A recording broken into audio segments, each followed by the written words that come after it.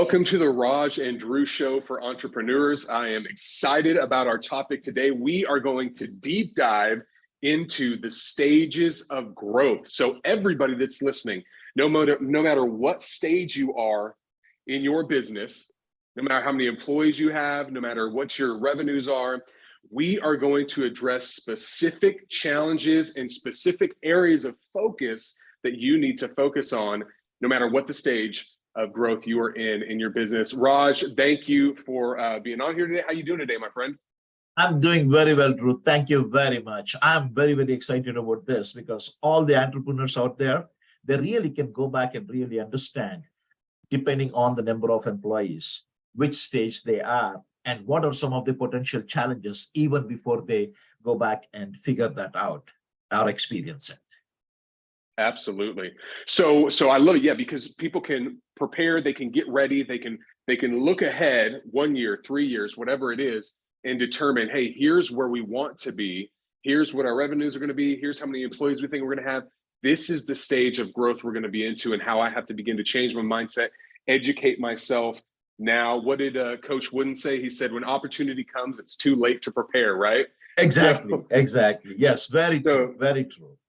We want all the entrepreneurs out there, no matter what stage you're into, to accept that stage, do well in that stage, but also be preparing for the next stage. So let's jump right in. So the first stage we call startup, which is 1 to 10 employees. Now, tell me some of the ideas. What do I need to be thinking? What's my mindset during startup phase?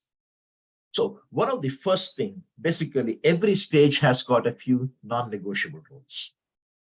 This is all through research coming from almost 1,400 companies in the research. So it's a big sample size to work with. And the first piece of it is, as a stage one company, it is not about profitability, it is about survival. It is about validation of your idea, your concept, and everything that comes to that. So the first thing you need to do is you really need to generate sales. So 80% of your focus has to be is, how do I go back and get customers? How do I go back and sell? Because it is a survival. This is what I call the survival phase. You don't do anything else, you don't have sales. Basically, the business doesn't survive. Absolutely. So 80% of your resources has to be in the selling mode all the time. It doesn't matter what product, what service you're doing. 80% of the mindset, especially for the entrepreneur or the business leader, is how do I go back and sell? And one common thing I see a lot of people is when they start up, they want to offer multiple products. That is the biggest part of it.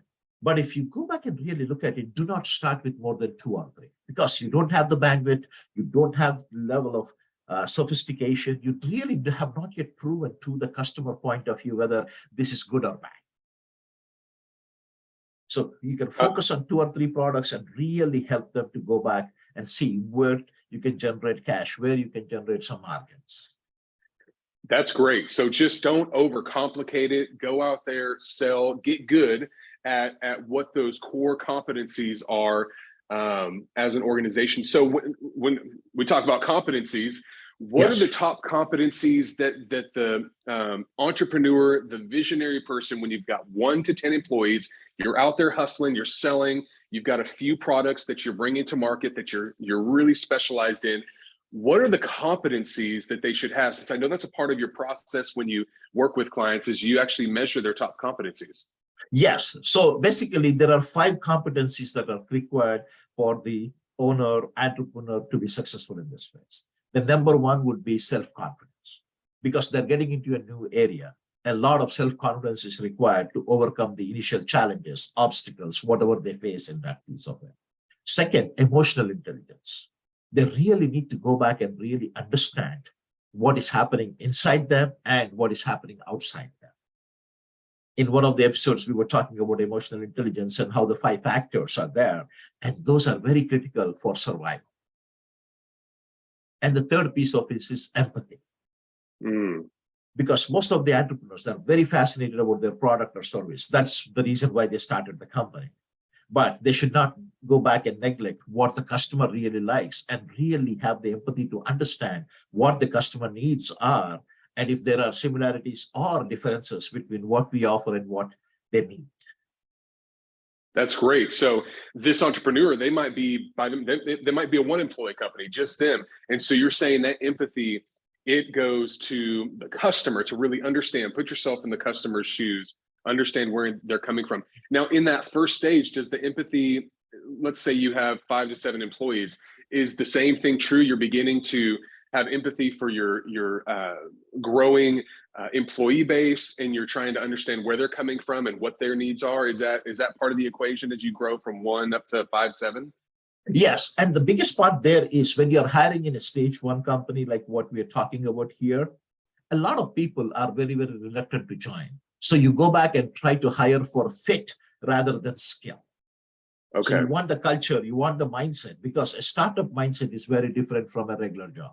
An example is if somebody is very, very risk averse, a startup is not the environment they would be there. They would not be a good fit for that. Absolutely. So that fit piece of it. And in that piece, basically, when you're hiring people for fit, there should be a lot of inspiration. The other 4th competency that people need as entrepreneurs. And then the 5th competency is developing others, because they have come for a fit. They really don't know what the product or service or anything else, but they're eager to learn. They're willing to be adventurous. And then it becomes part of the entrepreneur to go back and really develop others. So those are the 5 competencies they have to focus on. That's great. That's great. Okay. So that was startup. Now let's go into stage 2, which once again, what are we talking about? We're not talking about revenue for the stages. We're talking about employee count, because it's, as I understand it, when the employee count goes up, that's when business gets more complicated. You have more personalities, you have more individuals that you're trying to bring together around one big idea, one vision, and move forward together. So now we're in the ramp up stage and we have 11 to 19 employees. Yes. So now basically when you go to the 11 to 20 employees, you know what the shift is?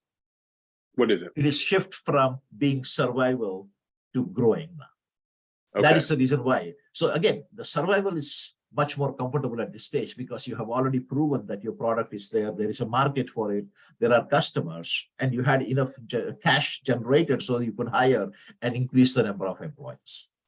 So your 1 or 2 or 3 products, whatever you brought to the market, they are paying you rewards. That is now you go back and say, now you're not completely out of the survival mode, but it is much easier at that stage. And you have some experience that you're working from instead of ideas and guessing that it'll work. Now you know, kind of, you have that feedback. And here, the number 1, again, like stage 1, you need to be selling a lot. Okay. Sell absolutely every day. That is almost going to be a non-negotiable rule. And this is where I have personally experienced a lot of this missing in companies. Here, you want to go back and identify. Now, between 10 and 20 employees, you start identifying 2 or 3 critical people who can be groomed as the next level leaders. Now you're a growing company. You cannot communicate as easily as communicating with 6, 7 people versus communicating with 20 people. Okay. So now you need somebody to manage that. So you need 2 or 3 people really to go back and raise to the occasion, become like your supervisors, leaders, whatever you want to do. That's great. That's great. Now let's talk about competencies again. So we talked about what we're focusing on, but how do the competencies shift? I see some of the same competencies, but what changes when you're in this next stage? So basically, if you look at the first stage, the emotional intelligence, the empathy, and developing others were constant. You need to continue utilizing that as you bring new employees, because now you are bringing still for fit and some for their skill set also. Okay. But the 2 new biggest things that you want to go back is basically the self-assessment. We need to be in a position to assess ourselves and go back and say, I'm doing the right thing for the business. Am I bringing the right products? Am I bringing the right services? Am I offering the right price? So a lot of that assessment piece of it and the feedback they need from the market to go back and constantly keep changing. 1, to be competitive. 2, to wrap up and grow. Okay. So I know I'm kind of jumping in the weeds here, but how do I get better at self-assessing? Is that by having good people around me that'll tell me the truth, trusted advisors, and then taking time to reflect, or what goes into that? So the first piece of it is, if you don't have anybody also, you can see the performance of it. Internally, the product performance, market, customer feedback. A lot of that feedback keeps on coming to you if you ask for it. And once you ask, are you taking enough time to go back and think about it and see what it is? So I would call that all of that more of a reflection piece of it. The first phase of that is the reflection, taking the time to really reflect on what is happening and how things are happening.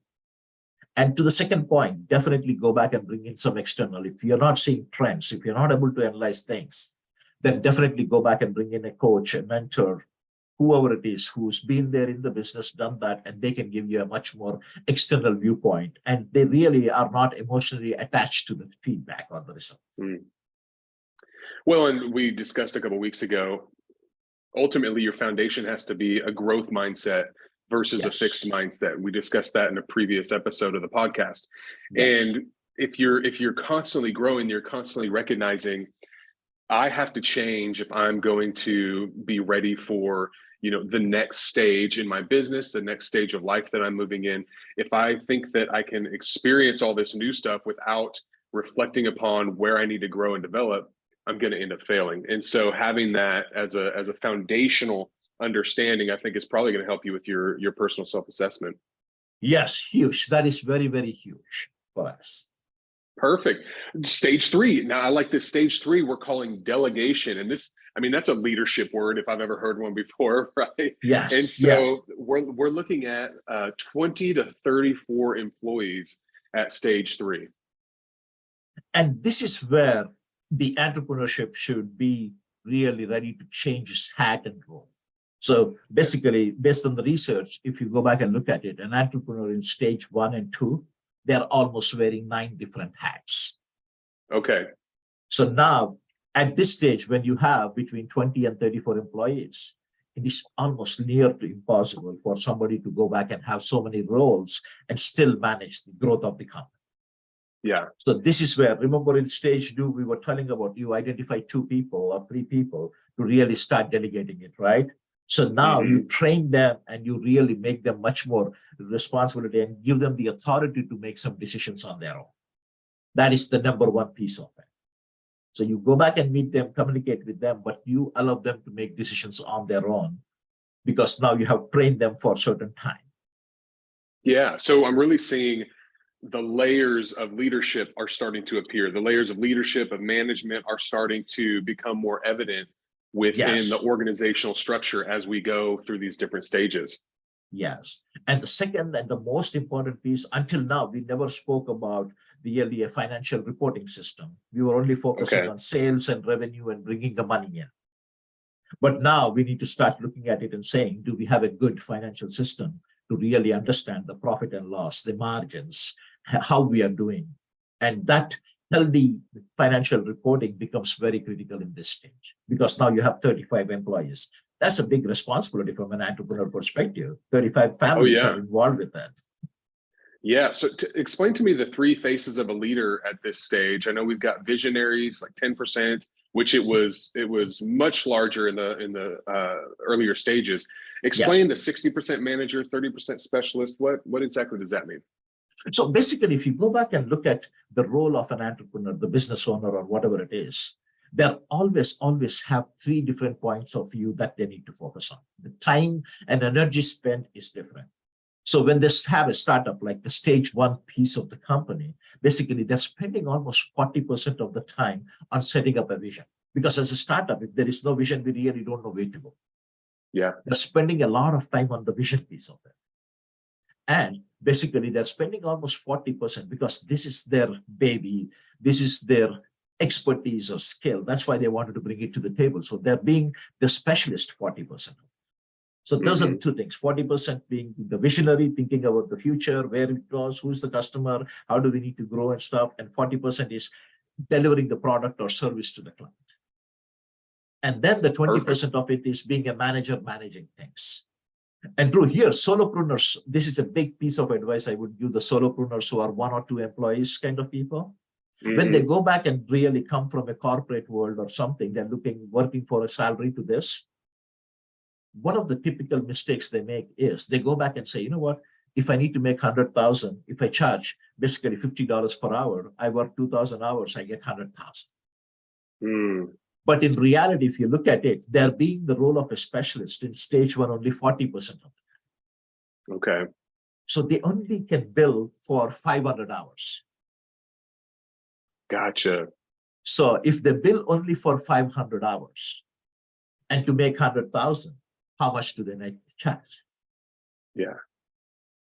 So basically they need to go and charge them at least $125 per hour kind of a thing. And now Okay. they can go to the 100. Gotcha. See, that is where a typical mistake a lot of people come up with their pricing as well. Especially the solopreneurs. They don't understand the overheads. They don't understand the visionary piece of it, doubling the product. Like you and me, we develop a lot of training programs. We do a lot of coaching and stuff. But 50% of the time, 40% of the time, we are selling. Yeah, business development. Yep. Exactly. So when you're doing the business development, you're not generating revenue. That is the future generation of revenue. Exactly. So we need to make sure our pricing and the value we bring has to be appropriately priced. And that is one of the reasons why a lot of solopreneurs remain solopreneurs or go back to work for somebody else. Yeah, well, I think at that stage, it's so much, like you said, it is survival and you're figuring it out as it comes. But you make such a good point to have a good understanding of how many hours you actually can be delivering services, and if you're in a service industry, and then multiply that out, and is that going to cover whatever the number is that you have to cover? And so it's a great little nugget right there for folks out there to try and figure out what they need and then where they're at. And if you haven't thought about that, you need to think about what's your vision, right? What's your plan for this year, your strategic plan, and what are the number goals that you want to hit, and then backtrack from there and do the math on what services you offer and can you hit that number realistically in this year. So much good stuff here. Now come to stage 3 right now. Let me go back and take fast forward to stage 3. Instead of 40% visionary, you're only 10% visionary, because by this time you have the vision set, you know your clients, you know your customers, you know a lot of those things. So you still don't want to take your eye off, but you're only spending 10%. And you have grown from 1 to 5 employees all the way to 30, 35 employees. Yeah. And this is where, and you have a lot of leaders growing underneath. So you become the manager now. So you're spending 60% of the time managing your direct reports so that they can go back and get the things done with their teams. Okay. That becomes very, very important. And that is 60% of the role. And then 30% will be being the specialist, because you still need to teach your leaders, teach some of the newer employees what you do, how you serve, and everybody else. Okay. And that becomes from 40, 20, 40 to 10, 60, and 30. That's good. And thank you for taking us back so that you could bring us forward and help us understand the breakdown of really the faces of a leader in that stage. Are you ready to move on to stage 4? Yeah, sure. Basically, we can talk about stage 4. And one of the pieces I really want to make a comment here before we go to stage 4 is a lot of people talk about is basically the entrepreneurship. But when you move away from stage 3 to stage 4, we call the stage 4 a professional organization. Okay. And the reason being is you're moving away from an entrepreneur-centric company to an organization-centric company. Okay. And that is a big shift for the entrepreneur. And we're talking 35 to 57 employees at this stage. Yes, exactly. Exactly. Have you seen, is there a general timeline as far as years of hitting these? Do you see anybody kind of stagnate out at a stage? Is it completely different in every organization? What's been your experience as people kind of go through these various stages? What's a healthy timeline for going through the various stages? So we did not see a pattern in the timeline for growth. Okay. Because revenues by themselves really don't play a big role in the company's growth. I know a lot of people classify companies with, oh, you have $5 million in sales versus $50 million in sales versus $100 million in sales. But if you really look at it, the complexity does not happen at the dollar level. It happens at the number of people level. Okay. I'll share a simple example, which will be very interesting because that was a huge observation. Basically, way back when, 11 years ago when I was going for my certification in this stages of growth. My daughter was a college student and we live in Connecticut. So basically a lot of snow. And this was in the month of Feb. So I told my daughter, spring break, do you want to travel with me because I'm getting certified? And she just loved it because it was Phoenix, Arizona and a beautiful weather. Yeah, right. So it was a 3-day training, which we were involved with. And the first day I get up, my general routine is I get ready by 7:15. On the way, pick up some breakfast at one of the drive-throughs and then just go there by 8 o'clock. Yes. So now my daughter, right? I go back and stop at McDonald's. That was the closest I could say. And she says, Dad, I don't eat McDonald's. And the interesting part, so now I have to go back and find a different place. So we found a Starbucks.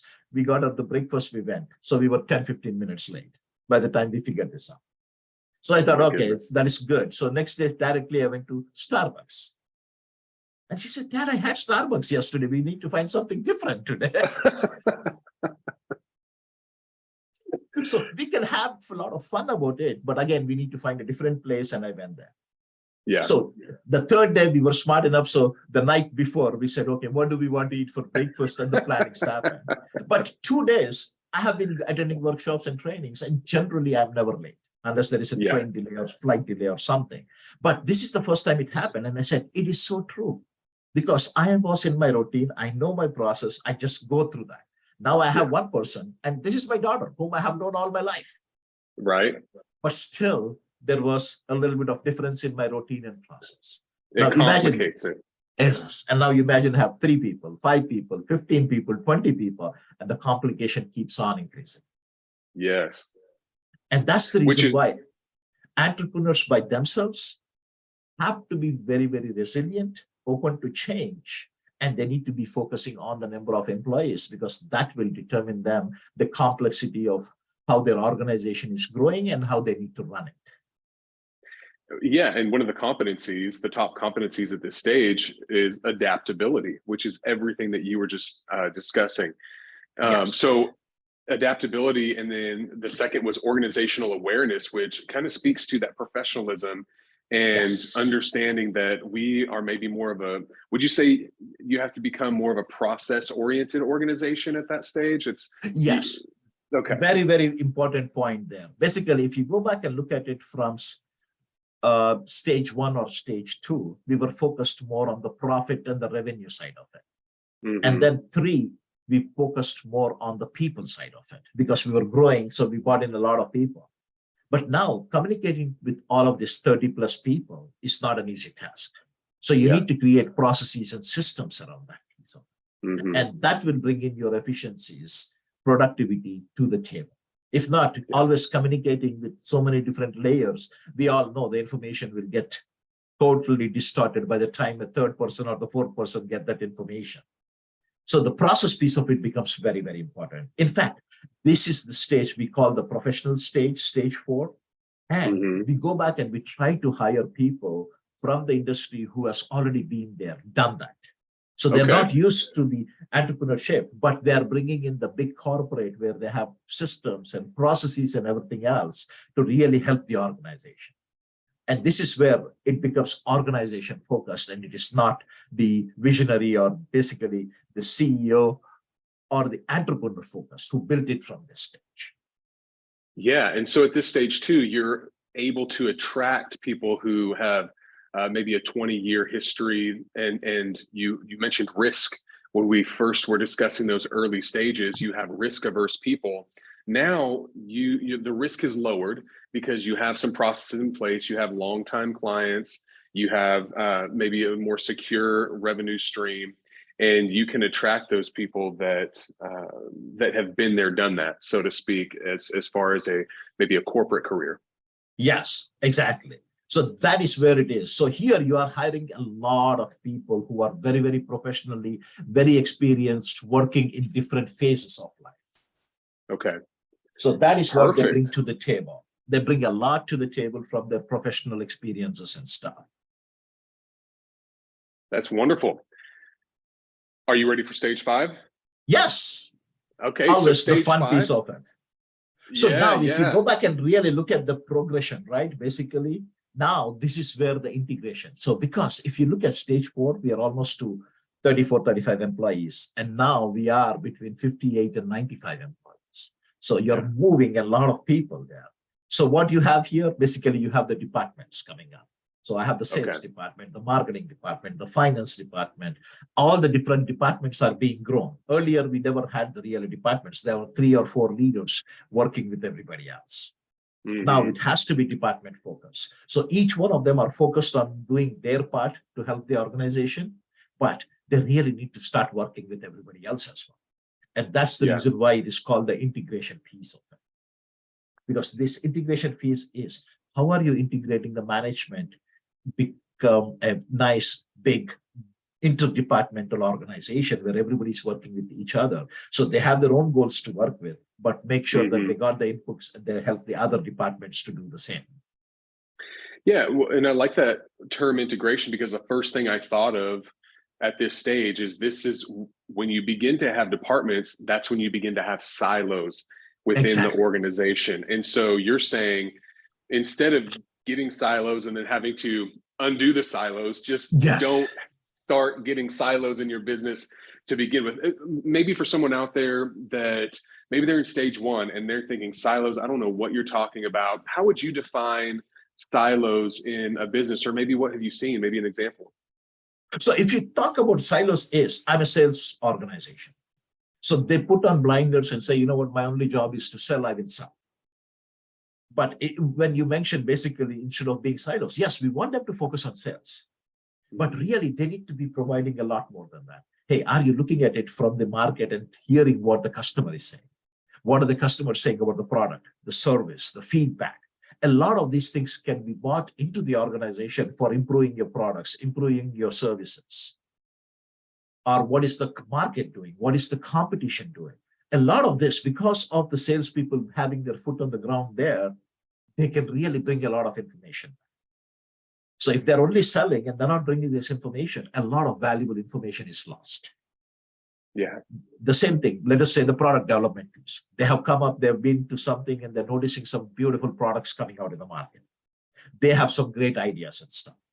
So instead of just going back and focusing on completing the product, you can work with them and say, hey, can we test this idea with your customer? Can we get some feedback? Like the MVP concept, right? Minimum viable product. If I want a new product to be launched, we already have customers. Using the salespeople, they can go back and test it and they get immediate feedback rather than spending a lot of money and energy creating the product, then seeing if it works or not. So you're taking a lot of risk there. Yeah. So that is what I call about is just focusing on sales and really not providing much feedback to everybody else would be a siloed organization. But if you start interacting with everybody else and integrating, then you are beyond that silo piece. That's great. So one vision, I used to have a mentor that explained it this way. He said, we want to be a cruise ship, not a big tent circus. And he said, if you go to the circus, you've got the guy riding in the motorcycle, the person with the lions, somebody else in the clown car, and there's all these things to distract your attention. Whereas on a cruise ship, there's a lot going on a cruise ship still, but it's all going one direction. And and so the same thing is true. We don't want to get siloed. We want to make sure we're all going in the same direction as an organization, that information is flowing so that we can make decisions and not really. Sometimes you can almost compete against yourself in an organization as it begins to grow and get different departments instead of working together. So there was something interesting I see here. You have some non-negotiable rules at this stage. And one of the rules are allocate 3% of salary budget for training. Where does that come from? Why is that the case at this stage? So if you go back and look at it, we are almost having 100 people in the organization, 95 to be specific. And each one of them, you cannot go back and handpick the person who is a perfect match. You will always hire people who have the right mindset, who have the right growth set, and they have some level of skills that are required, but they not have everything. So you want to bring them in and you want to provide some right training. And the second aspect of it is, this is the stage we are coming up with new products, new services, new business models. And we need to keep on changing those things to stay afloat and be profitable. And whenever you have change like that, everybody has to be informed and trained in all of this. So one is internal product, services, all of that training. The second piece of it is the leadership training, because as and we are growing, more responsibilities, more different tasks for the leaders. That is the second aspect. And the third piece of it is market-driven change. Market, there is always volatile and there's always going to be change. So to handle all of those things, you need a budget so that it is built in and everybody is going through the training, workshops, whatever you want to call that, so that they're up to date and really help the company be very competitive in whatever they're doing. I love it. And, and obviously we're both big believers in training, and there's tons of research out there that's all the way from communication training to skills training. It's going to be a differentiating factor for your organization. It's going to make you more competitive. You're going to be more profitable if you take these actions. You're not going to waste time. We talk about silos. I know conflict is a big thing when we start to grow to an organization with that many different personalities. Yes. If your team is trained on the front end how to resolve those conflicts, you save so much time. You don't lose good people. If you don't know how to have tough conversations, then what you run the risk of doing as a leader in an organization is the good people leave because you don't have the tough conversations with the people that aren't cutting it, right? Exactly. Very, very important. I mean, we hear this every day. So please spend your 3% on training, especially teach your leaders how to have conversations with people and hold their team accountable, for goodness sake. And you'll keep your good people, and you got to remember, the good people can find another job, the bad people can't. So and Drew, that is what a lot of people don't understand. I'm telling you, even in my corporate life, and I've noticed more and more, is they say, you know what, I have loyal people. I said, I really appreciate loyalty, but if you don't have the right skill set for it, then they become the sacred cow. Yeah. So they're loyally bad. Exactly. So I tell a lot of people that, you know what, and sometimes you have the other extreme.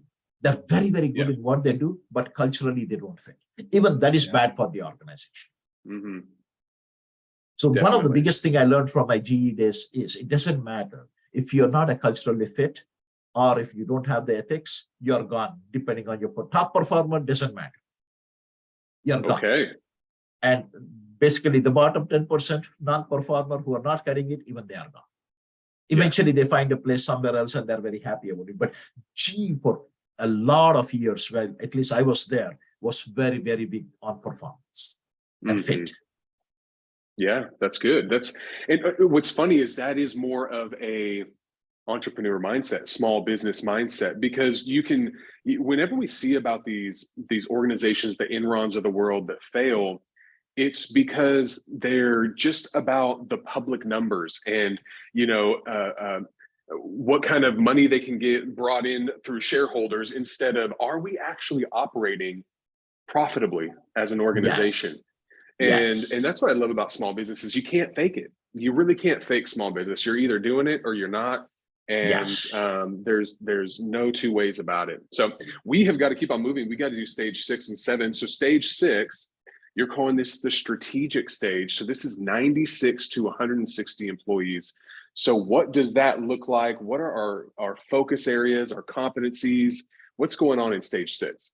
So now you are big enough of a company that you need to be very, very strategic in your thought process. So until now, we've worked a lot of it on the 3 months, 6 months, 12 months maximum plan. So like in stage 5, one of the biggest things is you start developing your annual budgets and our annual planning process. And you cannot even cut it that, but now you need to be thinking about your 3 to 5 year plans right now. This is where the strategic is. Are you really thinking about the future? So everybody's comfortable working on their 1 year plans. They can come up with it, they can work on it. But if you really look at it, if you don't have the strategic intention of it, then it becomes very difficult to really forecast what is going to happen in the market in the next 3 to 5 years, and they will not be prepared for it. And that is one of the biggest things I have seen from the mind shift when the entrepreneur or became the CEO-centric in stage 4. They have modified a few things, but they didn't completely change. and they're still focused on the 1 year, the budgets and the operating plan and everything else, then they will be in for a shock. So most Okay. of the companies, if they don't become strategic in stage 6, then you start slowly reaching their peak, and you might even see a little bit of decline. Okay. Very interesting. So it's almost like the 50,000 foot view of the organization. Now it's like, I need a 100,000 foot view of the organization. I need to see further. I need to see out what's going on. And that's my focus area. Exactly. So if you go back and look at it from a 3 to 5 years, which is a business plan. So I have to go back and look at it and say, from 3 to 5 years, basically, what is that my business is going to look like? What are my customers looking for? What are the needs changing? So there is going to be a lot of assumptions, but if I don't understand the assumptions, I can't put my bets. Because if it is a big product or a service, it may take more than 1 year to develop. I'll give you a typical example from a GE aircraft engines. So GE generated and developed a very, very good power plant for the planes. It's called the GE90 when I was there in the GE world. Okay. So it took them over 12 years to develop this engine, start to finish, and over $1 billion invested. Wow. So if you don't have that foresight and really to go back and say, what is the customer looking at, and put a bet and keep on investing for 12 years, just imagine, before the product was ready. My goodness. That strategic view really helped. Basically, some of the newer planes, if you look at the wide body, there's big planes were still running on 2 power plants versus the 4. So the 747 had 4 power plants. It has been shut off, and now basically Boeing closed a very, very important chapter in the life, because there are no more 747s being developed now. Okay.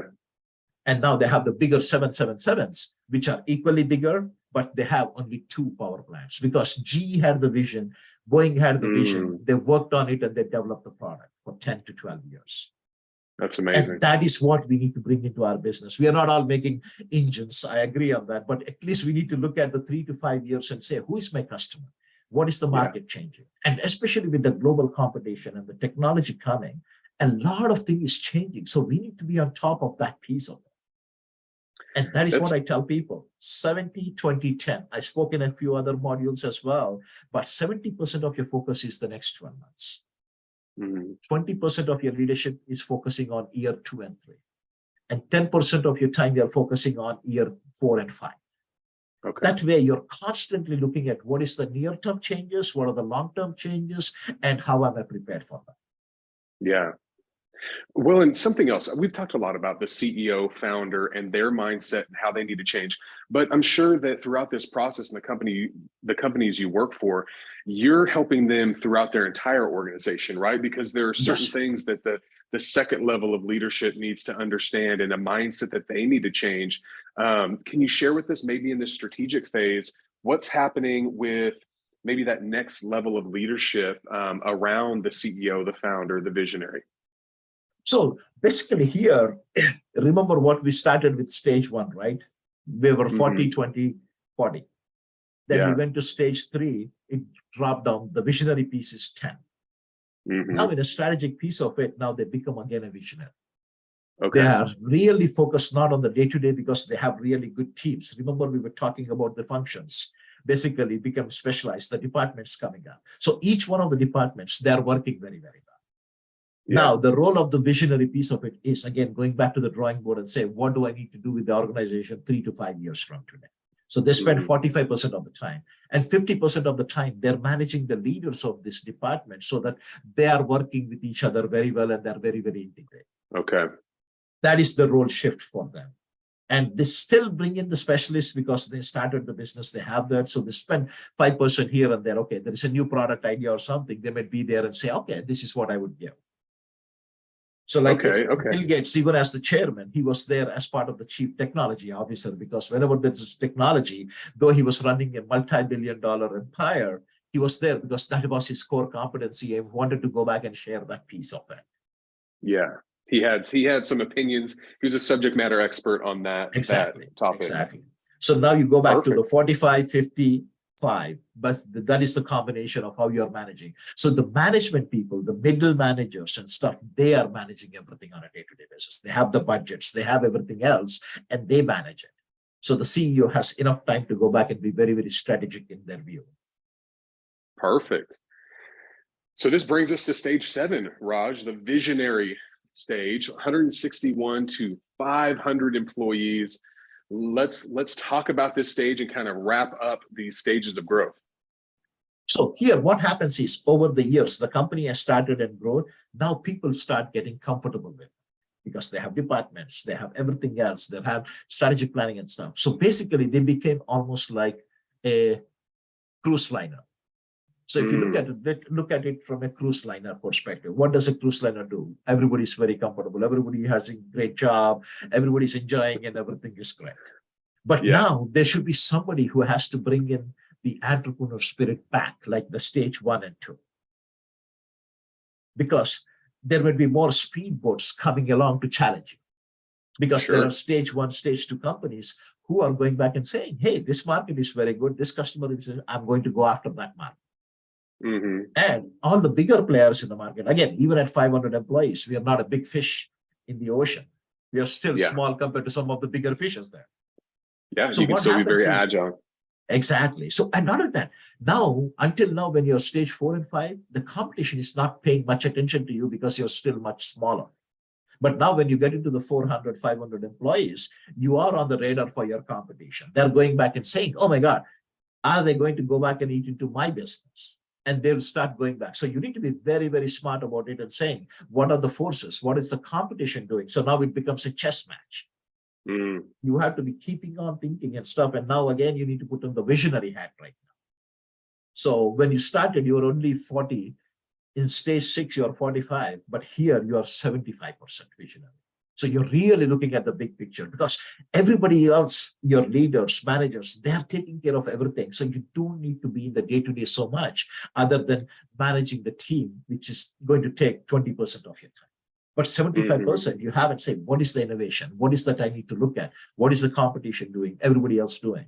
So this role changes completely. And their biggest role is, how do I ignite the entrepreneurship spirit within the organization again, so that I have a lot of speedboats coming out of our organization or competing with the others? Yeah, that's wonderful. That's great. Okay, anything else that you want to mention about stage 7 and what the visionary leaders need to be thinking about and focused on during this stage? So since it is stage 7, everybody thinks we are very comfortable, but you need to bring in the stage 1 piece of it. If you look at the stage 1, what was we doing? Developing new products, generating cash, preserving cash, because now you are so big, you need to be on top of your game. Yeah.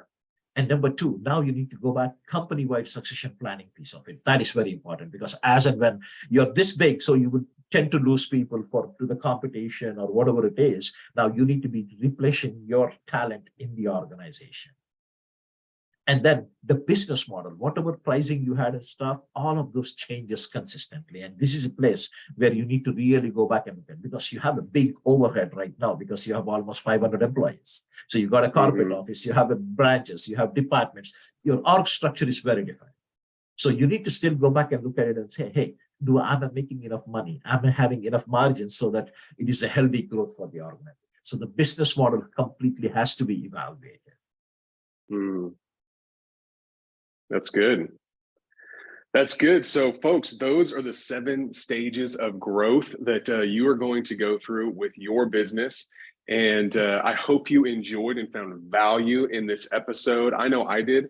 This was fascinating. And there's so many, I could have asked you 50 more questions, which is why you have hours and hours of training on this stuff, because there is so many. Once you get into it, you begin to ask questions about not only the mindset, but what about if a leader, the visionary leader isn't taking the steps they need to take? That's going to be a lid on the organization. And there's got to be techniques of how to help someone go through this progression so that they can successfully lead their organization to the next level. But that's a topic for another day, another episode of the Raj and Drew Show for Entrepreneurs. So thank you all for listening. Raj, I'm going to sign off, and you have an awesome day. Thank you, Drew. And to all the listeners, this is something which is very, very important information. So just take some time to go back and reflect on this information. Think about your own businesses, and you will get a lot of insights. And you can forecast problems before they happen. That is the power of this tool. All the best.